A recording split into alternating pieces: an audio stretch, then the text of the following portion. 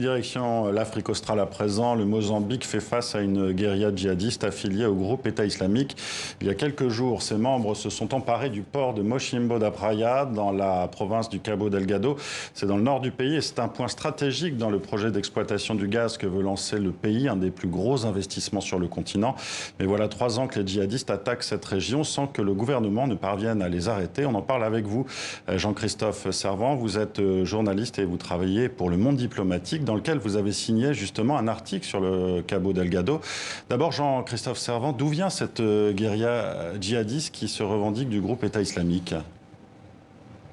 Comme nous le rappelons et comme le rappelle le chercheur Eric Morier-Touloux de l'université de Belfast, en fait, il reste beaucoup celui de Boko Haram à ses débuts, une secte prophétique, anti-occidentale, qui passe plutôt inaperçue, qui a plutôt des connexions effectivement avec la côte Swahili, la Tanzanie et le Kenya, et qui finalement, à force d'invectives contre le pouvoir central, se retrouve réprimé et 2 années après passe à l'action violente. Donc c'est pour cette raison qu'ils attaquent aujourd'hui dans cette province de Cabo Delgado? En l'occurrence, effectivement, Ansar al-Souna aujourd'hui, ou les Shabab, comme on peut les appeler aussi, enfin les jeunes, est pour l'heure toujours cantonné sur la province la plus septentrionale du Mozambique, qui est frontalière en particulier avec le sud de la Tanzanie. Mais l'inquiétude aujourd'hui, c'est que celle-ci commence au-delà de Mocimboa de Praia, que vous avez rappelé, qui a été l'objet de 3 attaques cette année et qui finalement était ces derniers jours, semble-t-il, occupée, en tout cas une partie. L'inquiétude aujourd'hui, c'est qu'effectivement, cette insurrection islamiste commence à rayonner au-delà de la province du Cabo Delgado et devienne même un danger, à croire certains observateurs de l'Afrique australe, pour en particulier l'Afrique du Sud et les pays voisins du Mozambique. Et pour quelles raisons aujourd'hui le gouvernement mozambicain ne parvient-il pas à mettre un terme à cette insurrection? Il y a eu beaucoup de retard d'abord, c'est-à-dire que le pouvoir central, le pouvoir Frelimo a considéré que c'était de la criminalité, il n'a jamais voulu considérer ça comme un processus insurrectionnel et n'a pris en fait vraiment en considération que ce groupe insurrectionnel commençait à poser des problèmes, comme vous l'avez rappelé, dans une région qui reçoit parmi les plus importants investissements dans le domaine de l'énergie, en l'occurrence le gaz, mené sur le continent africain.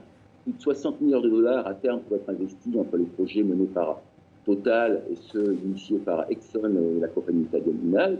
Et donc n'a pris compte en fait du risque et puis de l'insécurité rampante qu'il y avait dans cette province que l'année dernière.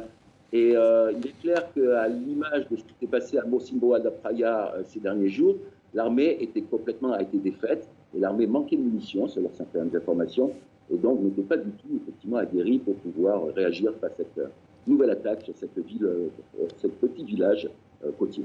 Alors vous avez cité l'armée, mais on dit que le gouvernement a eu recours aussi à des mercenaires, à des sociétés de sécurité privées.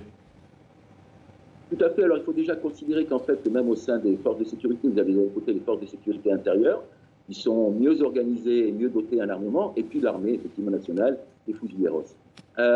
Effectivement, le gouvernement mozambicain sous-traite une assistance, effectivement, militaire auprès de compagnies privées de sécurité militaire. On a beaucoup parlé des Russes de Wagner, la compagnie Wagner, qui étaient présents, étaient contractés par les forces de sécurité et le ministère de l'Intérieur l'année dernière en Mozambique.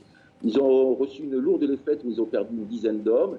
Et depuis, c'est une société en fait immatriculée en Afrique du Sud, mais menée par un Zimbabwéen qui travaille pour le gouvernement central. Et malheureusement, celle-ci non plus n'a pas pu empêcher la reprise en fait de Mocimboa da Praia par des groupes insurgés. Merci Jean-Christophe Servan pour cette analyse et merci d'avoir été avec nous.